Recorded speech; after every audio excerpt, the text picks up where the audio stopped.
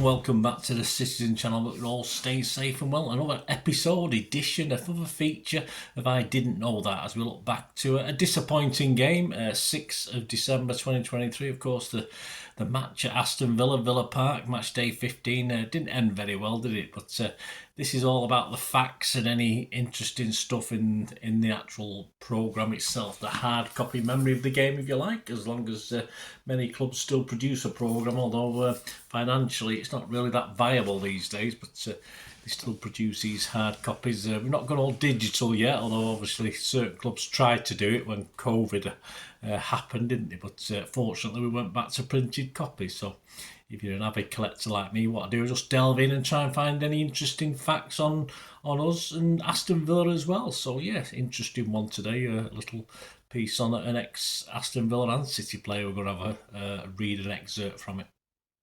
Please, if you are new to the channel, push that subscribe button, push the bell notifications. Everything's City past and present, of course, although this is past now, isn't it? Even though it's fairly new. So give us your support. Let us know your comments. You're a programme collector yourself. Do you like the programmes? Anything you've noticed that I didn't notice perhaps in this one? It'd be great to hear from you. And please give us a like, guys. Give us a thumbs up. And if you have any comments to make, I will try to reply, or likewise give you a like or a thumbs up as well. 84 pages, £3.50. Yeah, it's a busy programme. It's not got tons of stuff. It's got tons of stuff in it, but obviously a lot of stuff I probably knew about City and Villa, and there's a lot of old programme covers and old games covered where, yeah, mainly Villa win them, although they did give us a mention for that famous 3-2 at the Etihad, of course, very recently to win the league. I like the cover as well. I do like, they're usually in the top 4 or 5, the covers. It's basic with the players, but I like the background with the Villa Park background in it as well. So I do like that. Right, did you know? What didn't we know, or what did you know? About Villa, of course, they're sponsors. I didn't know too much about these guys, so I've had a quick look. BK8, they're a global betting brand that brings gaming to a new level, apparently. Their words, probably not ours. Top slots and casino games and a sports book with thousands of daily betting markets. There you go. So BK, another betting thing, but it wasn't met with universal acclaim by the fans. And of course, the previous shirt sponsor, Kazoo, was paying around £6 million per season for the honour, and BK8 is estimated to be a little bit higher, paying closer to £8 million a season. But to sweeten the deal and attempt to sort of calm down the criticism of the sponsorship, BK8 also will make an unspecified contribution, so we don't know how much, per adult for every third shirt sold to a local charity in Birmingham. I say we're not sure of the figures on that one. But I say not the most popular sponsors of the betting companies. And the shirt sleeve sponsor is a firm called Trade Nation. They sponsor the sleeves. This is a UK CFD and Forex broker. Trade Nation's account opening is fully digital with no minimum deposit and free withdrawal. There you go. Well, as long as you've got money to withdraw, I suppose.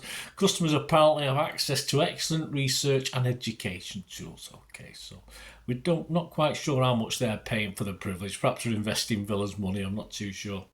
What didn't we know about Villa and City? Well, as I said, there's a Q&A with Darius Vassell. We'll return to this before we finish this little piece.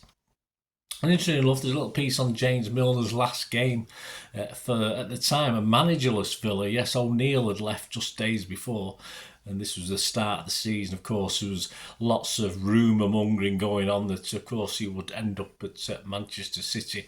And, of course, he played his last game against West Ham for Aston Villa, and he scored in a 3-0 win. His performance was such that the booing Villa fans before the game, he was just being booed, were actually giving him a standing ovation, apparently, according to the programme. But we can only believe what they say, can't we? Of course, when he was sub 5 minutes from time. And the £24 million received at that point in time by Villa was a record for them anyway. I wonder if he slagged Villa off when he arrived at City. I can't remember. I'm not too sure about that. But yeah, so he turned the booze to cheers. So according to the Aston Villa programme anyway. Anything about City we didn't know? Just some basic stats. Of course, Kyle Walker, I think I probably knew this, but is the most minutes played this season for City, 1,260. We averaged an impressive 16.5 shots per game, although the two against Villa would have knocked that down a little bit, wouldn't it? That was a bit depressing. We averaged 62.6% average possession, and we'd had 27 yellow cards and, of course, the 2 red cards. Right, back to the piece on Darius Vassell, which is all about when he joined City. So I'll read out the question and the answers. And we'll just do this before we finish this little edition. Question, you left the club in 2005, that's Aston Villa. How did the move to Manchester City come about? Answer, David O'Leary came in and he wanted to bring in another forward to get the move going. He needed to sell me to help fund that move. I'm playing for the club that I love and support. I knew that O'Leary wasn't a fan. He was only the manager at the time, so I felt like I had more reason to be there than him. At the same time, the manager is one who makes the decisions. Looking back at it was a massive decision for me. Well, the decision had been made. It was a big move for me. I got to experience a lot of moving in hindsight. It was probably right for me to go. Yeah, he was obviously a Birmingham lad, so he moved from his local club. Next question, was it easy to adapt to a new club, having only ever known life as a Villa player? He said, the only thing I can compare it to is going to play for England, and that's not about levels, but just going into a dressing room of players you don't play with day in, day out. That was the first time I'd experienced that. The reason why I related to that was because a lot of England players I played with were in the City side. Robbie Fowler, Trevor Sinclair, Danny Mills, David James. So there's quite a few I'd seen in the England camp. It wasn't new in that sense, but to put that sky blue shirt on was strange. It was something I had to adapt to and get used to really quickly. I was in a new city, I had to buy a new flat, and it was all happening really quickly. I was getting the opportunity to play one of my heroes, which was Andy Cole. That was one of the big things that turned that move into a positive for me. I didn't want to leave Villa, but I knew I was going to have to. To get to play with Andy Cole was massive, so I had something to look forward to.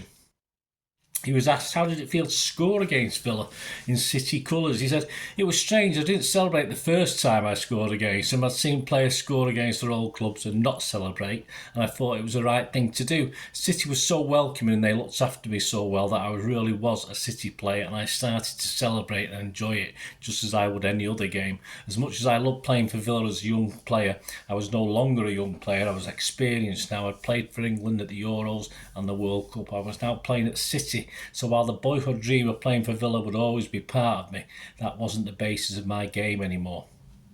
I wanted to do well for the club I was at because it was a massive opportunity.